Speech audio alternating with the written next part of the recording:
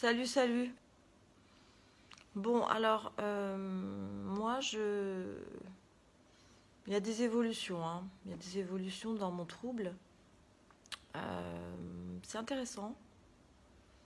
C'est intéressant d'observer les allées et venues de la maladie. Ça peut être... je pense que chacun doit faire des expériences sur lui-même. Et ça nous aide à trouver des solutions. Et tout n'est pas écrit dans les livres. Tout ne va pas vous être délivré par les psychiatres. Il faut apprendre aussi à se connaître et à connaître ses troubles, sa façon de fonctionner. Donc voilà, j'ai fait des découvertes pas mal. Ça va donner. Je voulais vous parler aussi d'un bouquin que je suis en train de lire et que je trouve absolument génial. Avec toutes mes sympathies de Olivia de Lamberterie.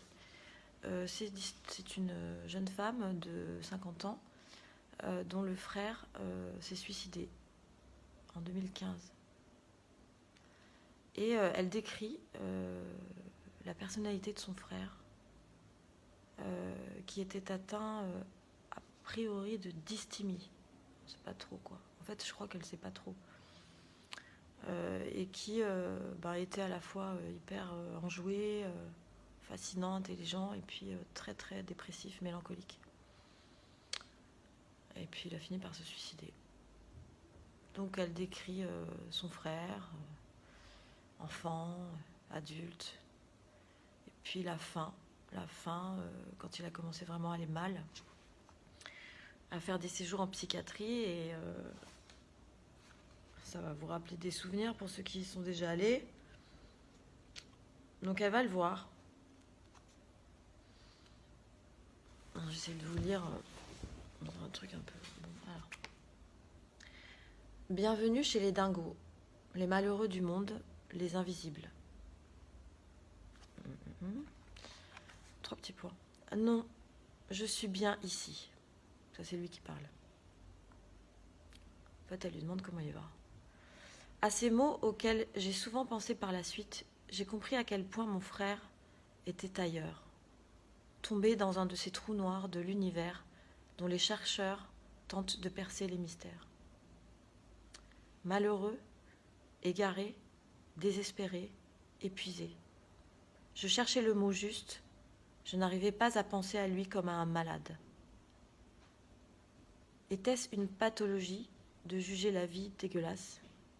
Oui, certainement, quand on a une femme qu'on aime et qui vous aime, des enfants merveilleux, qu'on aime et qui vous aiment, un boulot chouette et une belle maison, m'a un jour assuré un ami bien intentionné. Malade ou lucide ? Je ne peux pas m'empêcher de le trouver clairvoyant. La société dans laquelle on vit mérite-t-elle tellement qu'on s'y attache ? L'amour immense qui l'entourait ne lui a pas servi de parachute. Ce ne sont jamais sur les idiots que le couperet de la Grande Dépression s'abat, en silence, un matin, pour entamer son long travail de sabotage. Sylvia Plath, Romain Gary, Ernest Hemingway, pour ne parler que d'écrivains que j'aime, je ne les considère pas malades, ces blessés, dotés d'une sensibilité trop exacerbée pour supporter de se lever un matin de plus. Non, je suis bien ici. Par ces mots si incompréhensibles, j'ai compris qu'en ces lieux sinistres, Alex pouvait, non pas se reposer, mais se laisser absorber par le vide afin de mettre sur pause son esprit endolori. Voilà, c'est fort, hein. Donc, la mélancolie, ça tombe pas sur Monsieur Tout le Monde, évidemment. Je pense qu'il faut assumer ça. Et puis arrêter de s'excuser, parce que alors là... je pense qu'aussi les autres ne peuvent pas comprendre cette dépression-là. mais je vous expliquerai plus tard. Bye bye.